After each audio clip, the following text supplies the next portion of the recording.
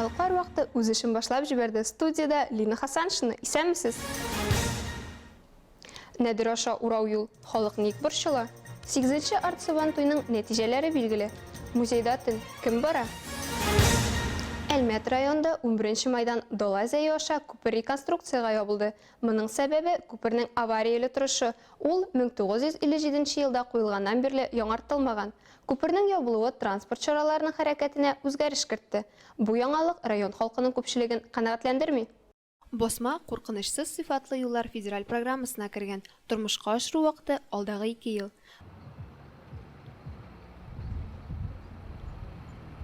Мондый вакыт аралыгы якын тирә авылларда яшәүчеләрне канәгатьләндерми. Шундыйларның берсе Нәдер авылы халкы. Әлмәткә эләгү өчен хәзер аларга объездной юлдан йөргә туры килә. Эш шунда ки, бу авыл җирлегендә яшәүчеләр шәһәрдә эшли. Шунда ук балалар бакчаларына һәм мәктәпләргә балаларын йөртәләр. Юл бер дә куркынычсыз түгел ди авыл халкы. Безнең авылның күпере берәү генә. Авылны тоташтыручы бер күпер бар. Әгәр дә шушының кадәрле движение булса, шушындый зур-зур күләмле машиналар йөрсә, техник йөрсә, безнең күпер калмаячак.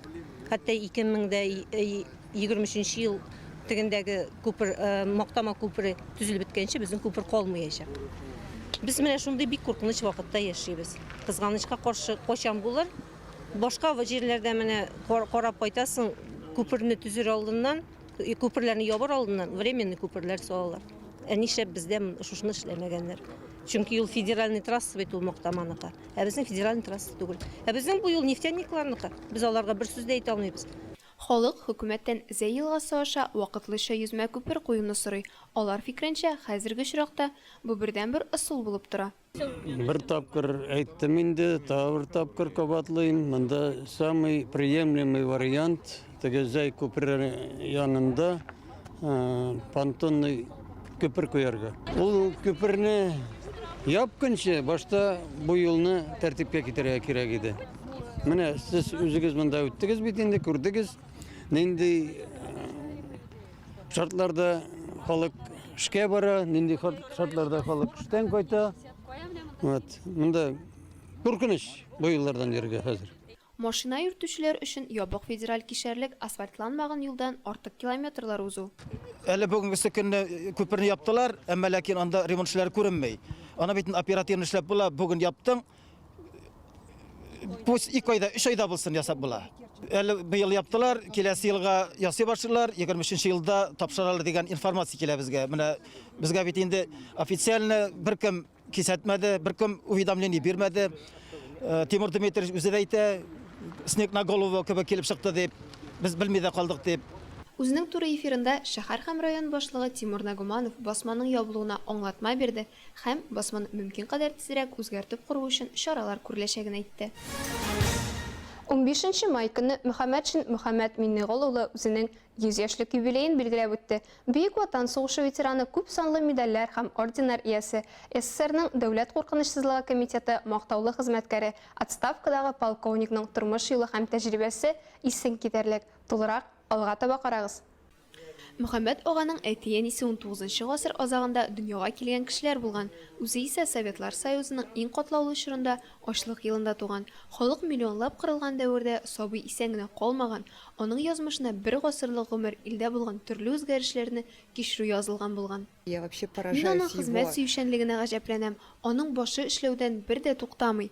Иртән тора, тегене эшлисе бар, моны эшләргә кирәк дип йөри. Минем кайчак эшкә дә барасы килми хәтта. Аңа бөтен җирдә бөтен нәрсә кирәк. Шуңа мин бабайның тормыш сөйшәнлегенә гаҗәпләнәм. Мөхәммәд кыюлык һәм кешеләргә хезмәт итү белән гомер сүргән кеше. Әлмәт, Бөгелмә шәһәрләрендә Дәүләт куркынычсызлыгы комитеты начальнигы булып хезмәт куя ул. Мактауга лаеклы хезмәт өчен билгесе, Дәүләт куркынычсызлыгы мактаулы хезмәткәре билгесе, хезмәт батырлыгы өчен медале белән бүләкләнгән. Сугышта күрсәткән батырлыклары өчен 2нче дәрәҗә Ватан сугышы ордены, сугышчан казанышлары өчен медале, Германияны җиңгән өчен медале, Японияны җиңгән өчен медале белән бүләкләнгән. Мөхәммәд Миннегол улын бер гасырлык юбилее белән тәбрик итәргә лаеклы ялга чыккач та эшләгән радиоприбор заводыннан, кадет мәктәбеннән, үзе җитәкләгән комитет бүлегеннән, ветераннар советыннан килеп кутлаганнар. Әлбәттә, инде 100 яшәр бабайны район башлыгы Тимур Нагуманов та тәбрикләде. Ул юбилярга Россия һәм Татарстан президенты котлауларын тапшырды.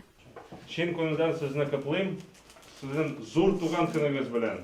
Бүген Мөхәммәд Мөхәммәтшин оныгы Юлия Новицкая тәрбиясендә яши. Бабабыз, гаиләбез горурлыгы, аның тормыш тәҗрибәсе барыбызга да үрнәк, ди Юлия.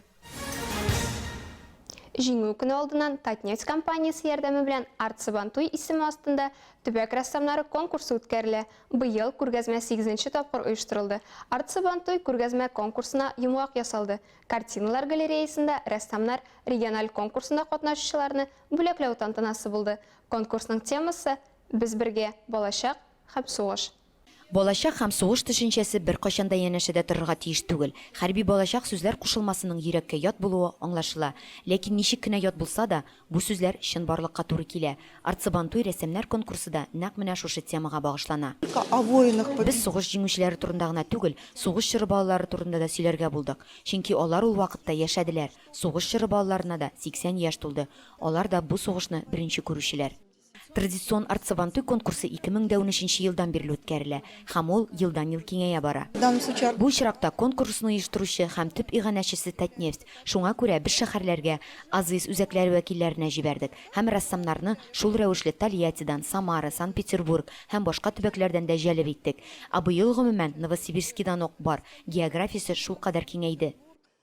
Бүләкләү тантанасы эпидемиологик хәлгә бәйле рәвештә онлайн форматта узды. Конкурс комиссиясе тарафыннан 60тан артык эш каралды. Нәтиҗәдә 30 сынлы сәнгать остасы тамашачылар хөкеменә үз картиналарын тәкъдим итте.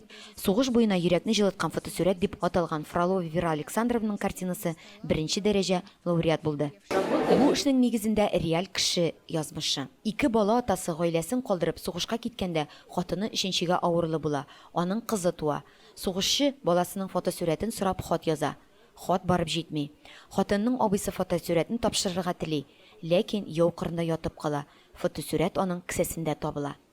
Милена Валеева, Фирай Юнусова, Дамир Корбанов, Яңалыклар вакыты, Әлмәт, Луч телекомпаниясе.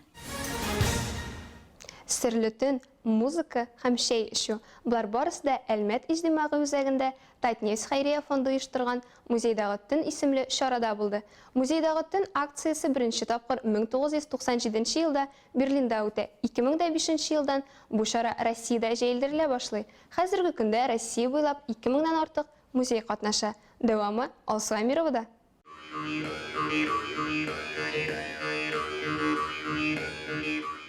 15 майга каршы төндә Россия буенча музей төннәре үтте. Әлмәт иҗтимагый үзәгенең төрек музыка кораллары музеенда үз ишекләрен бүтәнге чараны үткәрү өчен ачты. Без кунакларны күргәзмә белән танышырга чакырдык. Кунакларга кубыз дигән борынгы коралны күрсәттек. Кунакларны кызыклы программа көтте. Варгандагы уеннар буенча мастер-класслар, Каракүз скульптурасы автор эшләре буенча мини-квиз, заманча эшкәртүдә этно-музыка концерты һәм фотозона эшләдем. Монда төрки халыкларының уен коралларында музыка тыңлыйбыз. Шимбә көнне кич бик шәп вакыт белән үтте. Үз вакытында дөнья мәдәнияте үсешен төрек халкы билгеләде. Бу чараның төп максаты төрки мәдәни музыкасын популярлаштыру, төрек музыкасына мәхәббәт уяту.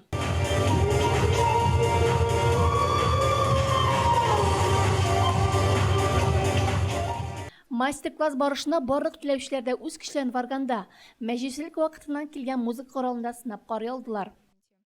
Я предлагаю вам на практике испытать вибрации варгана, вместе со мной научиться. Инструмент. Якынча 30 кеше укыды. Кешеләр өчен бу бик кызыклы булды. Алар актив булдылар. Балалар да, өлкән яшьтәге кешеләр дә, төрле яшьтәге кешеләр дә катнашты. Бик күңелле булды. Чөнки әлеге инструментларга карата кешедә кызыксыну бар. Аннары кунаклар квестта катнаштылар. Һәм Татнефть хәйрия фонды оештырган чараның серле атмосферасына чумдылар. Тем более давно уже хотели Әлбәттә инде бик күп. Мондый чарага күптән килергә теләгән идек, ләкин безнең шәһәрдә бу кичәләр үткәрелмәде. Мин бирегә күптән килергә хыялландым һәм ниһаять менә килеп җиттем. Очень Чара бик замечательно. яхшы һәм оешкан төстә үтте. Атмосфера һәм материал бирү бик шәп. Әлбәттә инде Татнефть компаниясенә аерым рәхмәт әйтәсе килә. Шәһәребездә безнең традицион музыка белән танышырга мөмкинлек биргәннәре өчен. Замечательное мероприятие. Искиткеч чара һәм кичә. Монда тыңлап, уйнап һәм тотып карау мөмкинчелеге дә булды. Мин дөнья буенча күп сәяхәт итәм һәм беренче мәртәбә мондый бай коллекция күрдем. Татнефть компаниясе ярдәме белән бик бай коллекция сатып алган, шуның өчен зур рәхмәт. Азнакай шәһәре балалар иҗаты үзәгендә шәфкать туташларын бүләкләү чарасы булып узды. Әлеге тамашаны Илмира Шәрифуллина күреп узды. Шара районның сәламәтлек саклау буенча куйган хезмәтләрен чагылдырган видеофильм белән башланды.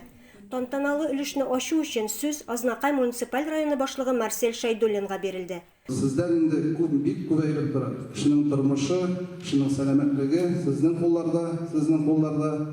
Рәхмәт сезгә. Бик зур рәхмәт. Хөрмәтле шәфкать туташлары, сезнең алда баш иябез.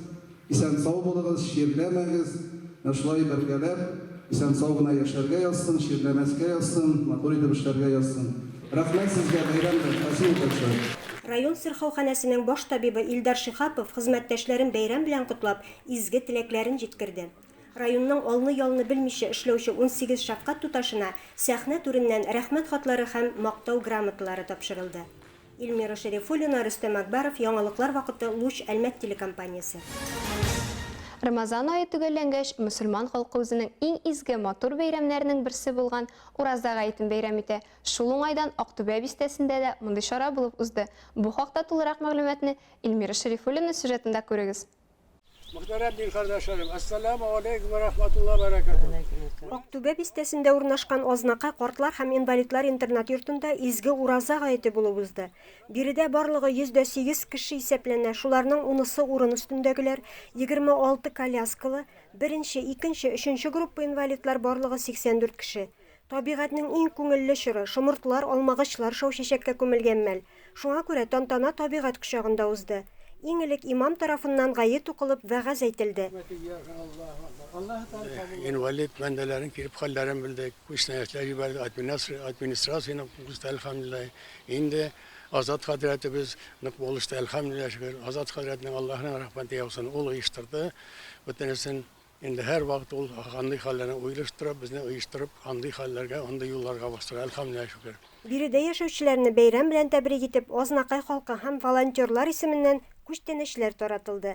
Сүз уңаеннан Азнакай шәһәренең Ак мәчете, Зәңгәр мәчете һәм волонтерлар ярдәме белән биредә күп чаралар үткәрелә икән. Алар һәр бәйрәм саен килеп безне шулай шатландырып, бүләкләр алып килеп шатландырып китәләр. Аларга бик зур рәхмәт, ата-аналарына мең рәхмәт. Исән сау булсыннар. Аллаһ Тәгаләгә бик мең рәхмәт. Аннан дәүләт җитәкчеләребезгә мең рәхмәт. Шушы картлар йортын безне хөрмәт белән карап, шушында давалап яшәткәннәр өчен. Тоткан Ураза гыйбадәтләребез хакына, укылган тәравих намазларыбыз, кылган дугаларыбыз, биргән садакаларыбыз һәм теләгән изге теләкләребез хакына ил көннәребез тыныч, күгебез аяз, табыннарыбыз мулдан булса иде. Илмира Шәрифуллина, Рөстәм Акбаров, Яңалыклар вакыты, Луч Әлмәт телекомпаниясе. Бөгелмәдә шәһәрнең мәдәни мөхите проекты старт алды. Аны техника йорты хезмәткәрләре ачып җибәрде. Алар үз мәйданчыкларында мастер-класслар, җыр биюләр күрсәтте. Тулырак безнең коллегалар сөйләр. Мәдәни мөхит проекты халык өчен аны Ихлас татар халык ансамбле ачып җибәрде. Биредә теләгән һәркем халык иҗатына якыная һәм татар теленең матурлыгына соклана ала. Моннан тыш әлеге чараны Мордва, Чуаш телләрендә уздырырга планлаштыралар. Ихласлылар анда ихластан катнаша. Катнашасыңмы дип сорау, бәлки дөрес тә түгелдер сеңлем, әйтәлмим. Беләсең, мин 30 ел шушында катнашам, берсендә дә калдырганым юк дип әйтәлмим, авырган чакта булгалый. Наз ансамбле җитәкчесе Ринат Минхаҗев җитәкләгән мәйданчык татар халык уен кораллары белән тулган. Монда гармун да, кубыз да, курай да, агач кашыклар да бар. Һәрбер уен коралының үз моңы, үз көе. Теләк белдерүчеләрне аларда уйнарга да өйрәтәләр. Мөселманча яулык бәйләүнең үз серләре бар. Аны Ихлас ансамбль солисты Миләүшә Закирова ачты. Кичкенәләрне дә, өлкәннәрне дә нәзакәтле итеп яулык бәйләргә өйрәтте. Татар хатын-кызлары гомер-гомергә яулык бәйләгәннәр.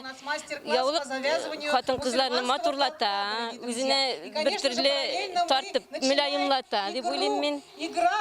Серләр инде бер-ике форма, бер-ике төрле ысулын белсәң, бик җиңел һәм бик рәхәт. Һәр вакыт шулай бәйләп куясың. Матур булып йөрисең. Мәдәни күңел ачу проекты инде 3нче ел рәттән үзенең ишеген шәһәр халкы өчен ача. Бөгелмәлеләр моңа шат кына. Концерт программасыннан тыш алар халык милли уеннарында катнашты. Милли биюләр буенча мастер-класслар алды. Мәдәни мөхит проекты җәй буена дәвам итәчәк. Айгөл Шәрәфиева, Максим Брюхачев, Луч Әлмәт телекомпаниясе яңалыклары. Кышын зарыгып көтүп алган язның бүгенгедәй эссе көннәре кем өчендер шактый ук кыенлык та китерергә мөмкин. Гадәттән тыш хәлләр министрлыгы хезмәткәрләре коры һәм эссе һава торышы дәвам итү турында кисәтәләр. Белгечләр әйтүенчә, Татарстанда гадәти булмаган эссе һава торышы көтелә. Уртача һава температурасы еллык нормадан 7 градуска һәм аннан да күбрәккә артык булачак. Табиблар тәннең артык кызып китүеннән һәм сусызлануыннан сакланырга киңәш итә. Аның өчен эссе көннәрдә күбрәк сыйыклык эчәргә кирәк. Нектар, боллы газлы су эчемлекләргә караганда гади су чәй күпкә файдалырак. Белеп торыгыз, кайнар чәй һәм җылы су салкын эчемлекләргә караганда эчәсе килүен тизрәк баса. Сусаганда шулай ук әче сөт ризыклары, кефир, катык, әйрән эшләрдә әйбәт булачак. Татар халкында әйрән элек-электән җәйге чорда үтемле эчемлек саналган. Аны ясау да бик гади. Агач фарфор яки шүлмәккә катык салып, агач кашык белән әйбәтләп булгатып, күпертәләрдә кирәгенчә шикәр яки тоз салалар һәм тагын булгаталар. Аннары булгата акрын гына салкын минераль су истиләр. Әйрән күбекле, тиерсез булырга һәм шимердәп торырга тиеш. Моның өчен газлы шифалы суны 1:1 исәбеннән катык белән булгатырга кирәк. Аны пешкән бәрәңге буламыгы, тары яки карабуда боткасы белән бирергә мөмкин. Эссе һавада көндезен азрак булырга, табигый материаллардан тегелгән баш киемнәре һәм кием кияргә тырышыгыз. Асуамирова, Рамил Базартинов, Луч Әлмәт компаниясе, яңалыклар вакыты. Бу сезгә җиткерәсе соңгы мәгълүматыбыз иде. Уңышлы эш атналары теләп, мин Лина Хасаншина һәм монтажер Илдар Гыймаев сезнең белән сау булашабыз. Игътибарыгыз өчен рәхмәт.